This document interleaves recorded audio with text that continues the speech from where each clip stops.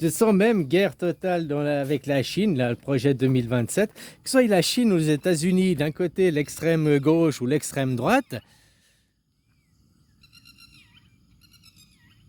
l'extrême gauche ou l'extrême droite, c'est... Tu vois, je viens de voir un qui fait... Je vais te refaire ça, quoi. Hein? Je mets où mes pieds, là? Merde.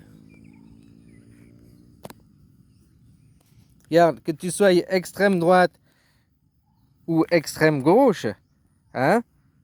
Que tu aies extrême droite ou extrême gauche, c'est pas les pieds qui donnent la direction, quoi. T'as compris? C'est ce que tu vois pas. C'est comme les racines, hein? Tu comprends?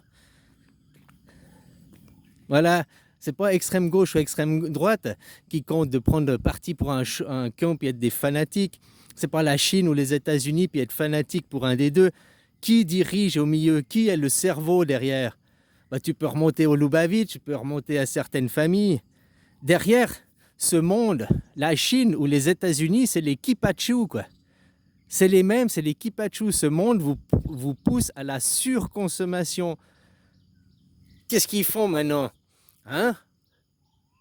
Ils déportent les gens pour de la déportation de gens, pour prendre leurs terres, pour planter de l'huile de palme à Bornéo, pour faire je ne sais pas quoi, des terres cultivables. Chez vous, là, j'ai vu un reportage l'autre jour en France, aux États-Unis, en Europe. Maintenant, il y a un business sur les terres arables, sur les terres cultivables.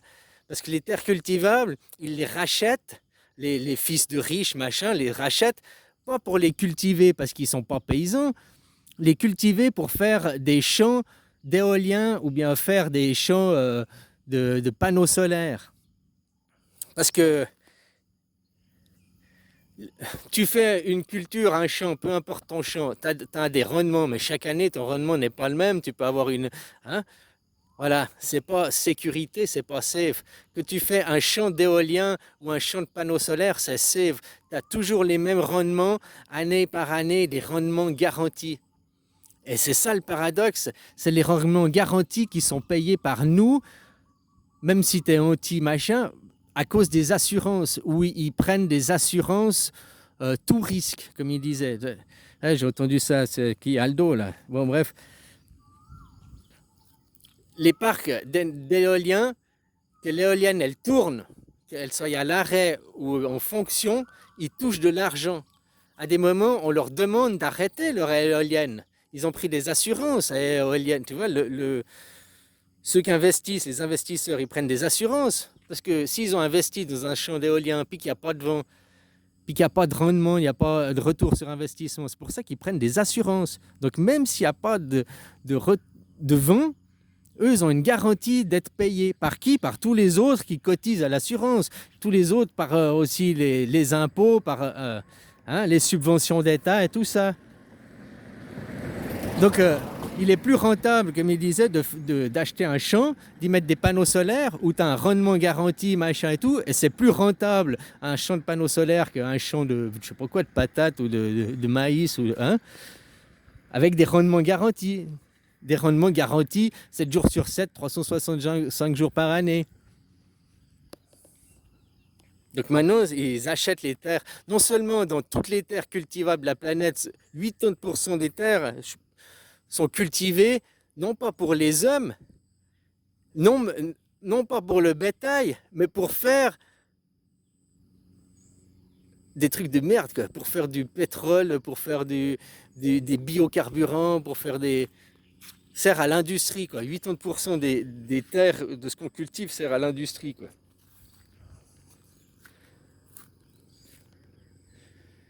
Donc tu comprends cette arnaque, ce monstre business, ce monstre arnaque, on paye pour se faire enculer, quoi. On paye pour bousiller le monde. On paye pour polluer le monde. Maintenant, la voiture électrique. Oui, c'est bien que tu es dans une ville, puis que ça pollue, puis que tu as tout le monde dans les bouchons, puis... Ouais, là, c'est une solution, mais c'est pas la solution miracle pour la planète. Parce que ça, il faut puiser plus de minerais, il faut... Hein? Ces gens vous arnaquent, les assurances, tout risque, tout ce monde d'assurance, c'est une arnaque. Tout ce monde d'assurance, c'est une arnaque. Hein? Et moi, je connais à l'époque un copain qui était assurance, il m'avait dit, mais il a des clients qui chaque année parce que chaque année tu as le droit à un cas d'assurance et puis après tu n'as pas d'enquête. Mais si tu utilises trop ton assurance, il y a des enquêtes sur toi, machin, puis même ils peuvent annuler ton assurance. Et il m'expliquait les magouilles qu'ils font. Il y a des gens, les riches souvent, systématiquement, ils font ça toutes les années. Leur nouvelle Porsche qu'ils achètent, boum, ils font exprès un accident pour qu'elle soit payée à neuf parce qu'ils ont l'assurance tout risque. Et après, c'est toi, le gueux, qui 10 ans sans accident, qui garde ta même voiture, tes assurances, elles augmentent à cause de ce genre de connard. Qui lui change de voiture chaque année, il la bousille exprès pour qu'on lui la repaye à neuf, qu'il n'a pas besoin de la payer. C'est payé par la collectivité, les assurances, payé par les autres. Il y a plein de gens qui font comme ça. Ton assurance responsabilité civile, il s'arrange avec l'autre. Ah, je te fais quelque chose. 3 mois après, tu me fais quelque chose. Hein, je te vole quelque chose. L'assurance tout risque contre le vol, machin. Tu pars en vacances, tu vas un week-end.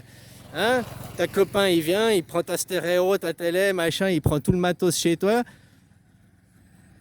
Oh, des cambrioleurs, oh, tout payé, remboursé par l'assurance, t'en as rien à foutre, 3 mois après, t'as compris? Il y en a plein, ils vivent comme ça, quoi, sur le dos des autres.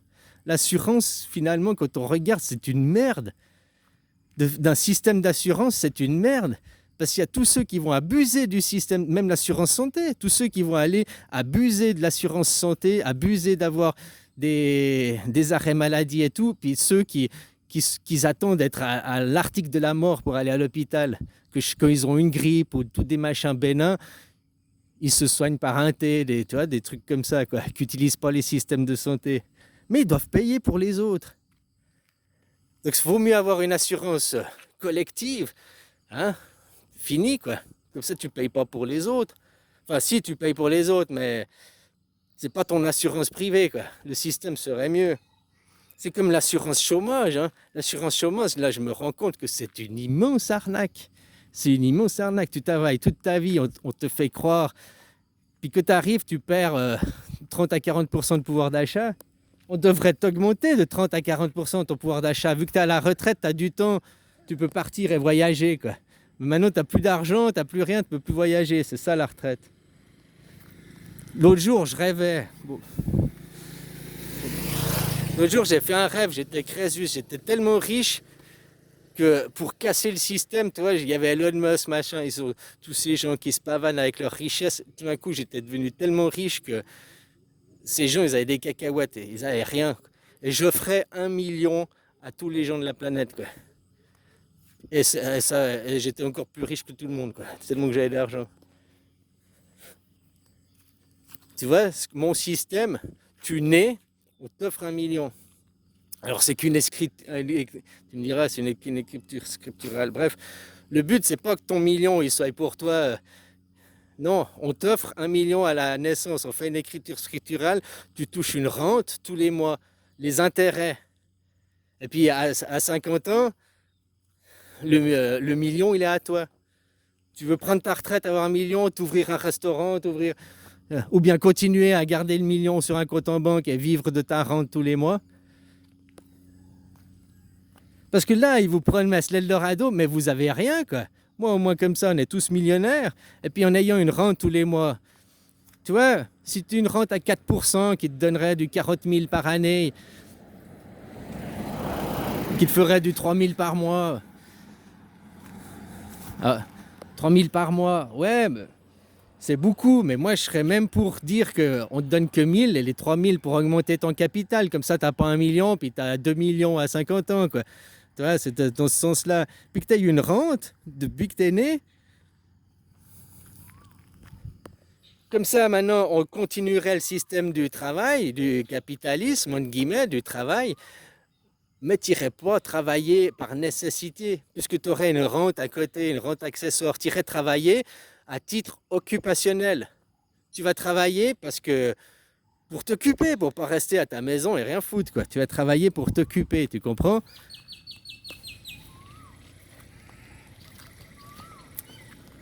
Franchement, j'avais rêvé que j'avais 1,125 quintillons, quoi. Là, t'as le milliard, t'as le billard, après t'as le triard, quadrillard, oh, quadrillon on dit, hein, quadrillard pour nous on dit, hein. Puis quintillard. J'ai rêvé que j'avais 1,125 quintillards. Si je vous donne à tous 1 million d'euros à 8 milliards d'habitants de la planète, ça me fait seulement 8 quadrillards, hein. Ça me fait seulement 8 pour 1000 de ma fortune, quoi. Ouais, j'avais rêvé, quoi, hein, j'étais Crésus. Mais bon, tu comprends l'idée derrière. Finalement, l'idée, elle est vachement plus saine. Un système capitaliste, machin et tout. Non, tu nais, bah là, on donnerait à ceux qui sont. On commencerait, tout le monde aurait 1 million. Puis après, on donne à celui qui est né, on donne 1 million. Tu sais, même faire ça, de ne pas lui donner du vrai argent, de faire juste une écriture scripturale et il vit sur les intérêts, c'est comme ça que les dettes sont créées, c'est comme ça que vous avez 3000 milliards de dettes, c'est des écritures scripturales et puis vous devez payer pour de vrai derrière. En 40 ans, placé à 4%, en 25 ans, ton million, tu l'aurais gagné. En 50 ans, arrivé à 50 ans, tu as 2 millions, quoi. Donc le million, au début, on te met une écriture scripturale. En 25 ans, les 25 ans, au début, t'es bébé, t'en as même peut-être pas besoin, oui, pour payer tes pampers, mais t'as pas besoin de tout, hein. On peut économiser les sous. 25 ans, c'est plus une écriture scripturale, c'est un vrai argent, quoi. Comme je te disais aussi, l'apprentissage c'est bien, mais mène à des voies de garage. Ah, tu feras un apprentissage, tu feras que ça, quoi. Moi, je suis pour la double formation, c'est-à-dire puis on oblige même les gens d'élite, les machins, tu vas faire un travail manuel, tu vas passer par en bas aussi, pour te mélanger, pour le mélange des castes.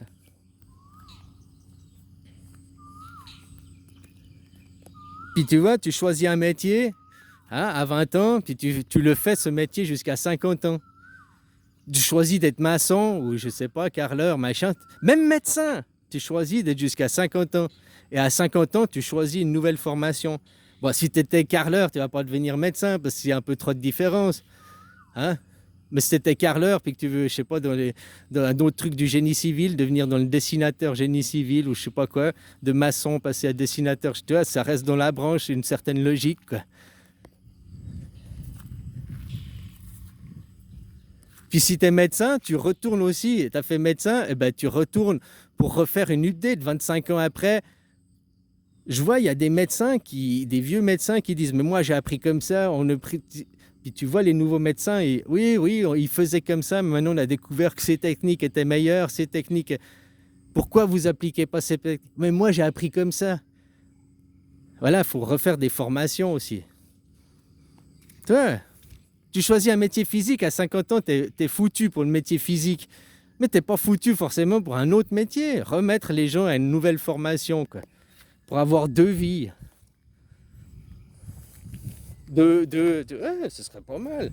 Enfin, tout ça, c'est des choses à réfléchir, à se poser la question, hein. Puis si on avait une rente, puis que tu toucherais 1000 ou 2000 d'une petite rente que tu avais avec ce million, puis que tu allais travailler, tu toucherais encore 1000 et 2000. Mais au moins, les patrons, ça ferait aussi qu'ils seraient obligés d'être plus respectueux. Parce que tu pourrais te dire, hey, mec, si tu me causes pas plus souple, si tu me causes pas meilleur, je me casse. Je traverse la rue, il y a du travail. Tu vois ce que je veux dire? Tu ne serais pas dépendant de ton patron pour subvivre parce que tu aurais un autre moyen, une autre ressource. Une ressource qui viendrait d'une rente, qui viendrait de l'État, et une ressource qui viendrait de ton travail, du privé, quoi. Deux moyens de subsistance. À l'heure actuelle, les gens, ils ont un moyen de subsistance qui vient que du privé, quoi. Ah, à moins si tu es fonctionnaire, mais là, il vient que de l'État. Tu vois, avoir les deux sources. Comme ça, si l'État te prive d'une source, tu as toujours ta source du privé. Si le privé te prive de la ressource, tu as toujours ta ressource de l'État. Avoir deux sources, c'est toujours mieux qu'une, hein, ou plusieurs, même plus, mais de base. Parce que tu arrives ici enfant, tu n'as que dalle, hein. Tu devras aller travailler, tu devras être esclave, c'est ce monde capitaliste de merde, là. Hein? Où tu peux pas... À part si tu as des parents riches, à part si tu as des...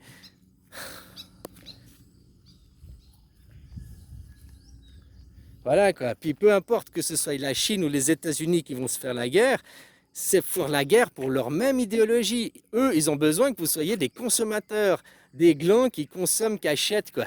Point final, c'est leur idéologie. Autant les Chinois que...